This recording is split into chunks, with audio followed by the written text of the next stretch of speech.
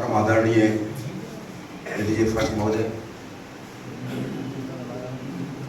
एवं अन्य न्यायिक अधिकारीगण, बार के सम्मानित अध्यक्ष महोदय, हमारे महासचिव, सीनियर्स और साथियों, मैं सर्वप्रथम महाकारुणिक गौतम बुद्ध को नमन करते हुए आज आप सभी को बाबा साहब बोधिसत्व भारत रत्न बाबा साहब के जन्मदिन की हार्दिक बधाइयाँ प्रस्तुत करता हूँ। साथियों, आज से 135 वर्ष पूर्व विषम परिस्थितियों में एक महामानव का जन्म हुआ, जिसने 32 डिग्रियां और 9 भाषाओं के ज्ञान के साथ इस देश के लिए, इस देश के प्रत्येक नागरिक के लिए कार्य किया। बाबा साहब ने, चाहे वो फिलॉसफी का क्षेत्र हो,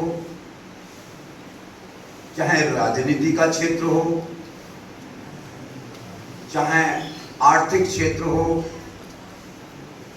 कानून का क्षेत्र हो, समाज का क्षेत्र हो, हर क्षेत्र में बाबा साहब ने कार्य किया। बाबा साहब ने सबसे अधिक जो कार्य किया वो इस देश की महिलाओं को गुलामी से आजाद कराने का। गुलाम भारत में और संविधान लिखे जाने से पूर्व हमारे देश की आधी आबादी को कोई अधिकार नहीं था।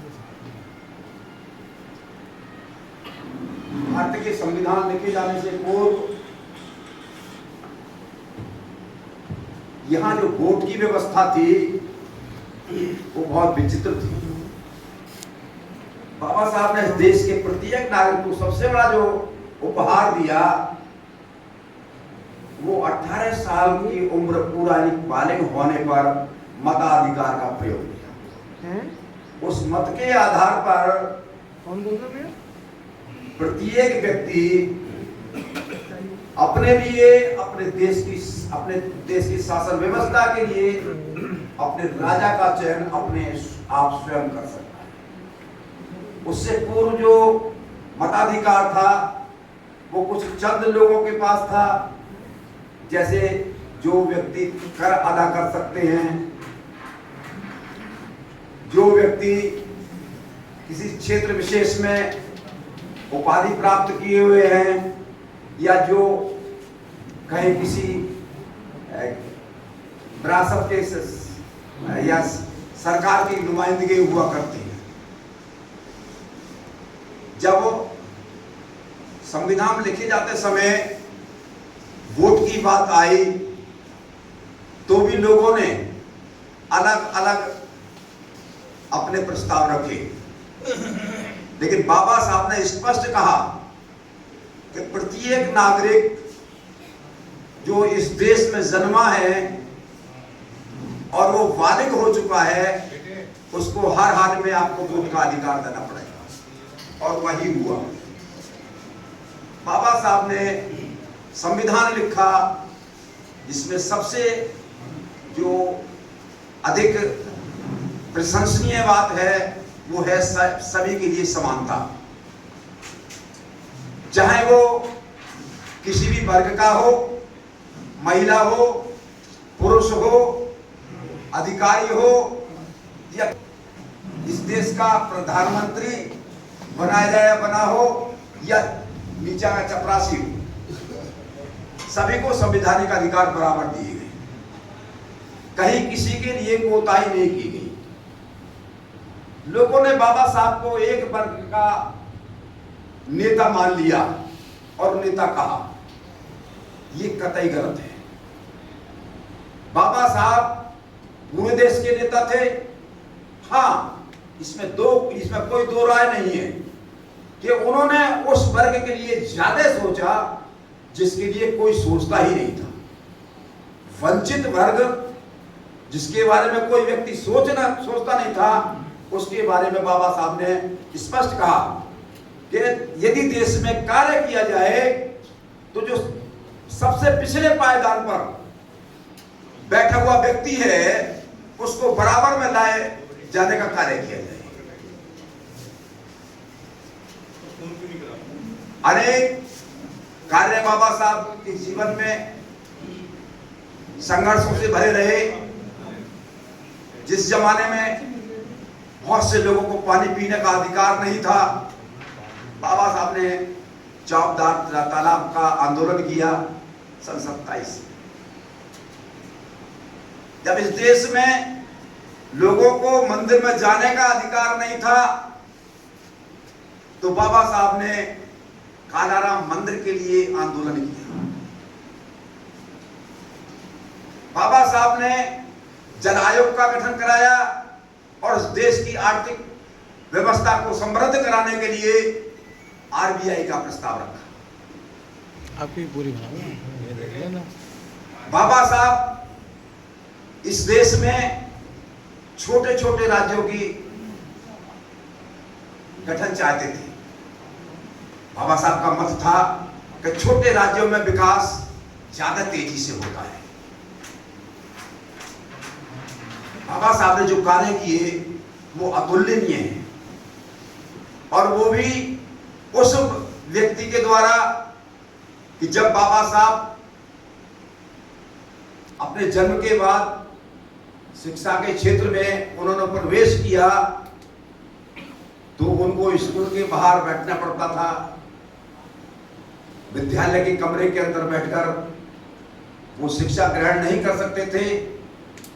विद्यालय में रखे हुए मटके से वो स्वयं पानी लेकर के नहीं पी सकते थे। नाई उनके बाल नहीं काट सकता था। गाड़ी वाला उनको गाड़ी में बैठा कर उनको यात्रा नहीं करा सकता था। उन तमाम परिस्थितियों में जब कोई अधिकार उस वर्ग को नहीं थे तो बाबा साहब ने एक मिसाल कायम की। अपने 4 बेटों की कुर्बानी दी और उन्होंने तमाम जो ऊंची से ऊंची डिग्रियां हासिल कर सकते थे उसके लिए शिक्षा ग्रहण की। और जब भारत को आजाद होने का नंबर आया और घोषणा हुई कि भारत आजाद हुआ, इस देश का संविधान कौन लिखेगा, तो उन परिस्थितियों में बाबा साहब के लिए बड़ी विकट परिस्थितियां आई। कुछ लोग ये चाहते थे कि बाबा साहब को संविधान सभा में ना भेजा जाए और बाबा साहब संविधान सभा तक ना जा सके। उसके लिए बहुत अड़चनें पैदा की और यहां तक कि पहले चुनाव में उनको हरा दिया गया। लेकिन जब उनको मौका मिला संविधान सभा में जाने का और उनको ड्राफ्टिंग कमेटी का अध्यक्ष बनाया गया, चुनिंदा कुछ लोग उस ड्राफ्टिंग कमेटी में थे जिसमें 2 स्वर्ग से धार गए, कुछ बीमारी का बहाना करके अलग हट गए और कुल मिलाकर के संविधान लिखने का पूरा भार बाबा साहब के कंधों पर आ पड़ा।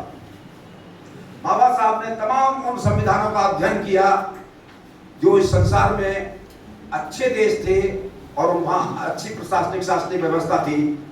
उनका अध्ययन करके वहां से वो अच्छे चीजें बाबा साहब ने ग्रहण की और इस भारत के संविधान में उनको समाहित किया और भारत को एक अच्छा संविधान दिया। जब 1950 में बाबा साहब का ये एक महान कृति लागू की गई और तब से लेकर के 50 से लेकर के अब हम 2026 में हैं, कोई देश ऐसा नहीं है कि इतने लंबे समय तक किसी देश का लिखित संविधान काम कर रहा हो। लेकिन भारत का संविधान जिन लोगों ने तैयार किया उसके अंदर विशेषता है कि आज तक कोई आंच नहीं आई है, और भविष्य में भी यदि इसको चलाने वाले सही लोग रहे तो ये संविधान ऐसे ही अनवरत चलता रहेगा, इस देश को शासन सुशासन देता रहेगा। बाबा साहब ने उस समय भी कहा था कि संविधान कितना अच्छा है, कितना बड़ा है, बुरा है, ये इस बात पर निर्भर करता है कि संविधान को चलाने वाले लोग कैसे हैं। यदि संविधान को चलाने वाले लोग अच्छे हैं तो बुरा संविधान भी अच्छा साबित हो सकता है, और संविधान कितना भी अच्छा क्यों ना हो, यदि चलाने वाले और उनकी नियत अच्छी नहीं है तो संविधान अंततः गलत साबित होगा। तो बाबा साहब की ये उपलब्धि नहीं है। बाबा साहब पर बहुत लंबे समय तक और कई दिन तक बोला जा सकता है। आज मेरा स्वास्थ्य भी ज्यादा बढ़िया नहीं है। 2 दिन से मुझे रात के 2 बजे तक सोने का मौका नहीं मिल पाया है। 14 और 15 में कल कार्यक्रम बिलारी में था, वहां से हम रात में देर रात लौटे हैं, और 14 में यहाँ पर कार्यक्रम था, यहाँ भी हमें सारे दिन लगना पड़ा, और उससे पहले भी हमें इस कार्यक्रम को करने के लिए बहुत मेहनत करनी पड़ती है। साथियों, एक चीज और मैं बता दूं, बाबा साहब का नाम बोधिसत्व क्यों कहा जाता है? बोधि का मतलब होता है ज्ञान, और सत्य का मतलब होता है सत्य। बाबा साहब को इसलिए बोधिसत्व कहा गया कि उनको सत्य सही ज्ञान था, और सही ज्ञान के आधार पर उन्होंने तमाम साहित्य लिखे हैं। बाबा साहब के बाद में 50,000 पुस्तकें उनकी लाइब्रेरी में थी।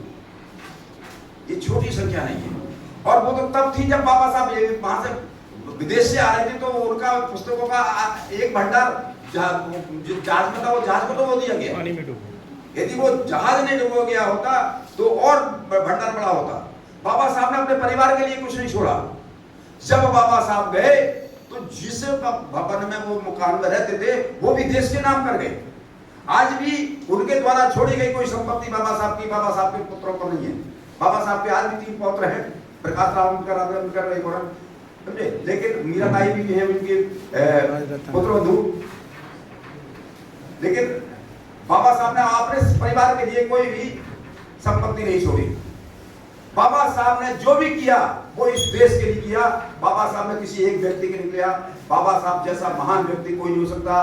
बाबा साहब के बराबर कोई विद्वान व्यक्ति नहीं हो सकता। और मेरा एक निवेदन है कि बाबा साहब को बाबा जी ना बोला जाए। बाबा साहब उनका सही नाम है, उनको बोधिसत्व कहा जाए, उनको भारत रत्न कहा जाए, और वो भारत नहीं, वो विश्व रत्न है। और कोलंबिया यूनिवर्सिटी की आगे जो उनकी स्टैचू लगी हुई है उस पर तो स्पष्ट नीचे लिखा हुआ है सिंबल ऑफ द नॉलेज। मैं इन शब्दों के साथ आप सबको पुनः बाबा साहब के जन्मदिन पर बधाइयाँ देता हूँ और अपनी वाणी को प्राप्त करता हूँ। जय भीम, नमो बुद्धाय।